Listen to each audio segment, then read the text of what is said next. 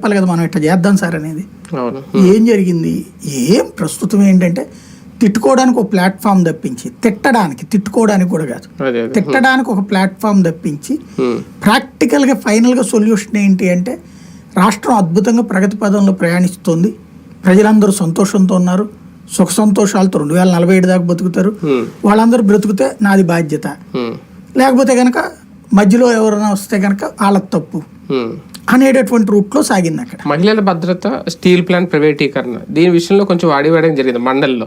ఒక క్లారిటీ అన్న వచ్చిందా దాని మీద? ఫైనల్ గా ఇచ్చారా? ఏయన్నా అరుచుకోవడం తప్పించి ఏంటి మహిళల భద్రతలో ఏముంటది నాకు తెలియగలుగుతాను.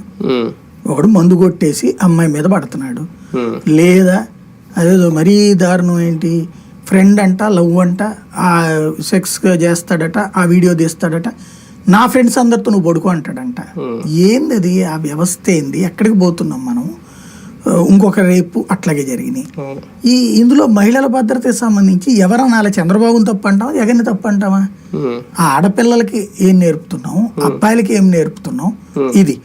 ఇకపోతే అత్యాచారాల్లో మేజర్ ఏంటి? ఒకటి మద్యం, రెండోది బంధుత్వాలు, స్నేహాల దగ్గర జరుగుతున్న అత్యాచారాలు.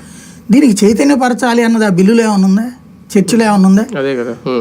ఆనాడు జగన్ ఉన్న టైంలో ఇన్ని కేసులు ఉన్నాయి, చంద్రబాబు వచ్చాక ఇన్ని కేసులు, ఇదే చర్చ తప్పించి